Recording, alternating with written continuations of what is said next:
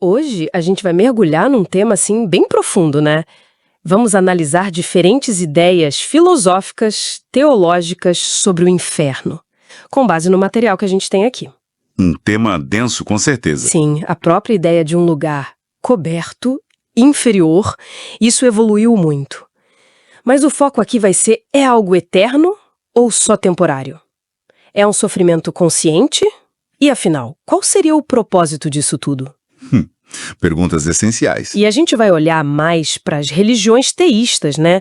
Judaísmo, cristianismo, islamismo, onde o inferno é uma peça-chave na escatologia, ou seja, naquelas crenças sobre o fim dos tempos, o juízo final. Exatamente. E o modelo mais, digamos, conhecido, principalmente no cristianismo tradicional, é aquele que descreve o inferno como um estado de sofrimento consciente e permanente. Como punição pelo pecado. Certo. É bem diferente, né, de algumas visões orientais que falam de infernos temporários, reencarnação.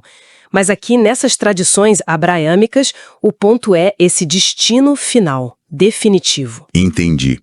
Então, para a gente organizar a conversa, primeiro a visão tradicional, literal e psicológica, depois vamos para as alternativas, aniquilacionismo, a visão do livre-arbítrio e o universalismo. Isso. E claro, vamos ter que tocar do problema do inferno.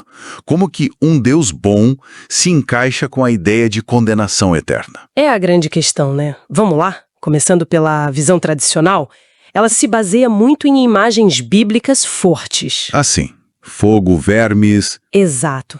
Isaías, Marcos, Mateus, Apocalipse falam de fogo que não apaga, vermes que não morrem, trevas, ranger de dentes, lago de fogo, tormento eterno. O Alcorão também tem descrições bem vivas de fogo, sofrimento.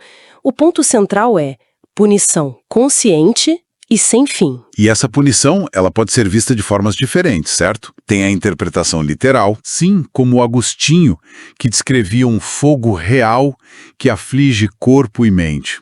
Nossa! Mas também tem as interpretações mais psicológicas. Que vem essas imagens como metáforas, talvez? Isso, metáforas para um sofrimento interno, profundo. A ideia de que a separação definitiva de Deus, para quem o ser humano foi criado, seria a maior fonte de angústia, de desespero, sabe? Uma autoaversão. Faz sentido. E dentro dessa linha psicológica, tem uma divisão interessante. Tem a visão severa. Severa? Como assim? É a ideia de que os condenados até percebem o que perderam, talvez se arrependam, mas já era. Tarde demais. O estado seria irreversível. Isso complica a coisa com um Deus amoroso, né? Com certeza, levanta muitas questões teológicas. Mas aí tem a visão psicológica branda. E essa diz o quê? Essa propõe algo diferente. Que os condenados, pelo caráter que formaram, um caráter avesso a Deus, eles escolheriam continuar nesse estado. Não teriam um arrependimento genuíno, um desejo pelo céu nos termos divinos. Ah, então a eternidade do inferno dependeria da pessoa continuar recusando. Exato. Seja por incapacidade de mudar ou por não querer mesmo. A recusa contínua. Entendi. Bom, mas e se a consequência final não fosse sofrimento eterno, mas simplesmente deixar de existir? É aí que entra o aniquilacionismo, né? Isso muda tudo. Muda completamente. O aniquilacionismo argumenta isso. Os condenados deixam de existir. Ponto final. Seja logo após a morte, ou talvez depois de um período de sofrimento temporário. E qual a base para isso? Muitas vezes se conecta com a doutrina da conservação divina, a ideia de que tudo só existe porque Deus sustenta a existência a cada momento. Ah, então a separação total de Deus levaria à aniquilação. Exatamente. O destino não seria tormento, mas o fim da existência. Visão do livre-arbítrio. Como ela funciona? Essa visão diz que Deus valoriza tanto a nossa liberdade que Ele permite que a gente escolha nosso destino final. As escolhas que fazemos moldam quem somos, nosso caráter. E o inferno seria? A consequência natural de rejeitar Deus de forma livre e persistente. O sofrimento viria do próprio caráter que a pessoa formou, não de uma punição externa de Deus. Ele não forçaria ninguém a aceitar o bem contra a própria vontade. É um respeito radical pela liberdade, então. Isso. Um respeito que vem do amor divino pela autonomia que Ele mesmo nos deu. E no outro extremo, tem o universalismo, a ideia de que, no fim, todo mundo se salva. Sim, o universalismo aposta nisso. Qualquer experiência de inferno, se existir, seria temporária. Seria mais como um purgatório, uma purificação que leva à restauração, não à condenação eterna. Bem, todas essas visões tentam lidar com aquele problema do inferno que a gente mencionou.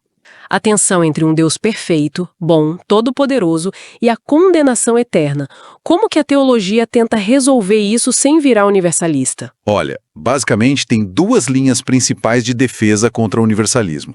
A primeira foca na justiça. Justiça. Como? O argumento é que pecar contra um ser infinito, que é Deus, seria uma ofensa de seriedade infinita e, portanto, mereceria uma punição infinita para satisfazer a justiça. Mas isso não ignora a intenção da pessoa, que é finita? E a misericórdia? Exato. Essas são as objeções comuns. É um debate complexo. A segunda linha de defesa apela para a liberdade. Aquela que a gente já falou um pouco. Isso. Deus, ao criar seres livres, respeita essa liberdade até as últimas consequências. Permitir o resultado da escolha livre, mesmo que seja a autodestruição, seria moralmente necessário para honrar essa liberdade dada por amor. Então, resumindo o que a gente viu nessas fontes, o inferno pode ser entendido de várias formas. Punição justa e eterna, o fim da existência, o respeito pela escolha humana, ou talvez só uma fase temporária. Exatamente. O que fica claro é essa tensão fundamental, né? Como equilibrar os atributos de Deus, justiça, amor, poder, com o peso e as consequências da nossa liberdade, especialmente quando ela leva à rejeição da própria fonte da vida. E, para a gente terminar, fica uma provocação para pensar. Se essa visão do livre-arbítrio sugere que a escolha pode continuar depois da morte, e se Deus mantém os condenados existindo por uma esperança de arrependimento, como algumas ideias sugerem, será que isso não deixaria o inferno mais parecido com um purgatório sem prazo definido?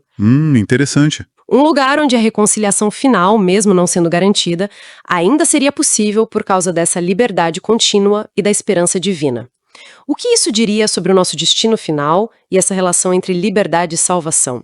Fica aí a reflexão. Gente, encontro vocês em outro podcast. Não esqueçam de se inscrever no nosso canal.